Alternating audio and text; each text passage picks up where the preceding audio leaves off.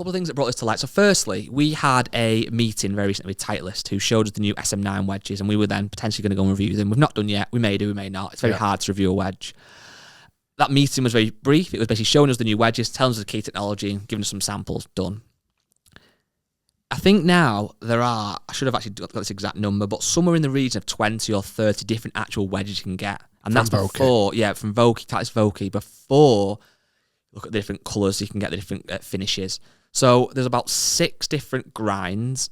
Within that, there's several lofts and different bounces, etc. There's a lot to get your head around. Yeah. It's very kind of complex, but they offer that so that essentially everybody is covered, depending on the terrain that you play at, depending on the way you deliver the golf club with your wedges, angles, depending on what loft your pitching wedge of your stock set, of your current set is. That obviously, if your set has a 44-degree pitching wedge, then your gap wedge needs to be stronger than if your pitching wedge is 47 degrees, obviously. Whether you like to sit the face more open, whether you like to kind of exactly. There's so much, obviously, to choose from. And then even with the finishes, they've got a tall chrome, they have a rusty version, they have a dark version, they did a blue version last year.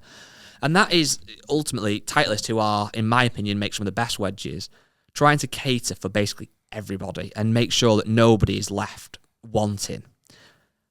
But the thing that I struggle with a little bit is with all that choice, if you walk into most golf retailers, they'll either have no wedges for you to try at all, so literally none, or they may have one random 56 that you can have a shot of. Yeah. So my kind of question really is, we know how much we use our wedges, around the green, from bunkers, pitching, a hell of a lot, but you can't try them. They're talking about the importance of all these different grinds, but again, you can't get fitted with that, and certainly on the golf course. We also know that our sand wedge in particular, or lob wedge, we use a hell of a lot from little different lies, and again, out of sand, hence the name sand wedge. But where on earth, bar maybe Woburn, can you go out and actually try the correct Titleist wedge for you out of a bunker? You can go to Woburn for a fee, by the way. Well, yeah, and even on top of that, again, we talk about the importance of it fitting in terms of length of golf club, lie angle of golf club, grip thickness, shaft material, shaft flex. Where could you go for an SM9 in this grind with it half an inch longer with the grip you like on that you can go and you can try in a bunker? That's also not got worn out grooves. Exactly. That's another thing they said. And I get it. After 500 shots of the wedge, the grooves will start to wear and the spin kind of characteristics will deteriorate. You won't get that top performance, which is why Tour Pro swap the wedges quite often. So it just kind of, I know it's kind of slowly getting to my point, but it just got me thinking, we hear about fitting, find the grind for you, find this, find that.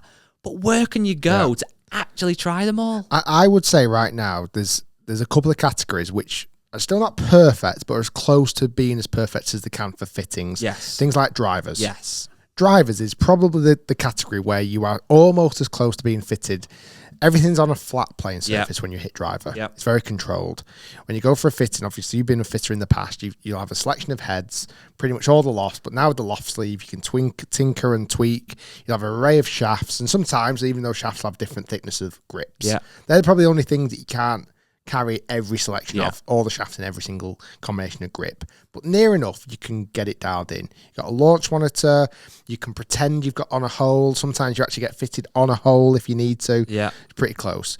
Putter fitting. Just jumping on though from that, the only thing I would say still add, using the same golf ball. Yeah. American Golf Trafford using a range ball. Although it's a decent ball, you're not using the Pro V one you might play with. And lastly, I've seen from you can sometimes, this isn't the issue with the actual fitting, but from the fitter and the golfer's perspective, I look at which one's on the longest. Of course. Looking at it. But yeah, you're right. It's as close to as a closed measurement. Yes. Putter fitting as well. That's the best. It is. You can do it on sometimes an artificial green inside. That's fine. Yeah. Certainly on these Zen greens at slope and everything else. You can use your actual golf ball if you wish. You'd like to think you will do. A lot of now putter fittings either have a putter that has a retractable shaft, like Ping, or like Even Roll, where you can actually take the shaft out now and put a new shaft in with a different neck. You can measure the roll on a launch monitor. It's fairly controlled and consistent. You're not just taking your best ones either. You're getting the feel of the putter. There's no tape or anything on the face you'd like to think when testing the putter. It's the best one. It has to be. So I think generally putters, obviously, like you mentioned there, is probably the best. Irons, so-so. Yeah. In fact, probably up there with wedges. Well, isn't it is because you're hitting typically just a 7 iron. Yeah. Well, how do I hit the 4 iron? How do I hit the pitching wedge? You often don't know. How do I hit out the rough? How do I hit it out of sand again? Because you might hit irons out of sand, obviously. And so often you'd say, so say you came for fitting with me and I'm in a bay and I've got the Titleist whatever iron or whatever brand, Callaway, doesn't matter.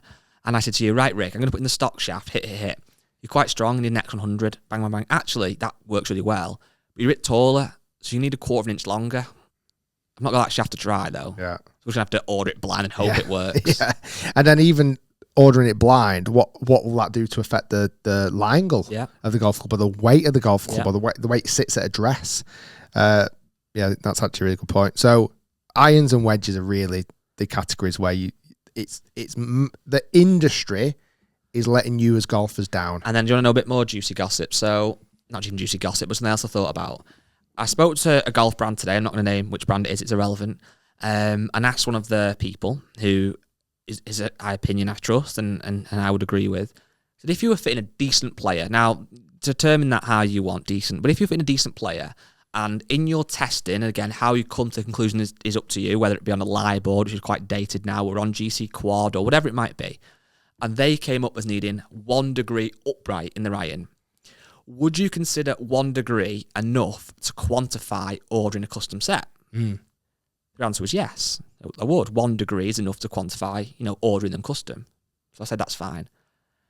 However, with your brand in question, what is the tolerance when people order a set of clubs? And their tolerance, so this when they send the club out to the retail store or to the consumer, is 1 degree. So let's just say Rick orders a set of X brand golf clubs and these all should be 1 degree upright. Your 4 iron might be, but then your 5 iron might be 2 degrees upright. Yeah. But then your 6 iron might be standard. Then you go back to 1 degree upright. So there's an error there. But you can't have it both ways. You can't say that 1 degree upright is definitely enough to quantify needing to get custom clubs, but we'll give you a bit of leeway either side. And there's another brand, another massive manufacturer who I've since found out and done some research, offer 2 degrees of tolerance. Wow. So you could order a set that you've been told you are a tall person, you come in with the handle quite high, you need 2 degrees upright in your irons. Well, your 4 iron could be standard, but then your 5 iron could be 4 degrees upright. Wow. And this happens to loft as well. So your 4 iron could be 1 degree weak, your 5 iron could be 2 degrees strong. That's crazy. So I'm just trying to spark a conversation really, but it just gets you thinking, doesn't it? Like, yeah, because you wouldn't get that on a tour truck, I wouldn't imagine. Exactly. A tour truck is, and again, going back to when we had Tommy on the podcast, he really did change my mind on this idea of being sponsored on tour, because you feel like you've got like a mechanic working on your clubs all the time, and they must be checking them constantly, and their tolerances will be 0. They'll be 0. Like, they can't have a tolerance. And it just gets me thinking again, is fitting important? Yes, I would say so, because if you had a friend who was brand new to golf and they said, Rick, I've just been out and bought some golf clubs, and you looked at what they've got, and they've got 1 iron down to sand iron and a tiny little blade. They've got a 7 degree drive with a 300cc head. You would look at them and say, well, actually, these golf clubs probably aren't going to give you the most forgiveness. There's things you get that be better, more forgiving. But it does lead me to believe that this whole fitting message now, people feel so passionately behind it. I do think it has been kind of really, really manipulated by the golf industry, from golf brands and golf retailers, to make people go out and continue to buy clubs because there's this story that you need to be fitted, you need to be fitted. But actually, it's almost custom shopping, yes, as opposed to custom fitting. 100%. Because let's say, again, if I had a mate who plays off 18 and he had some clubs that I thought they're not great for you, I can give him a custom shopping and go and explain to him. You might want to go down to a store and they'll give you a list of things that you might need.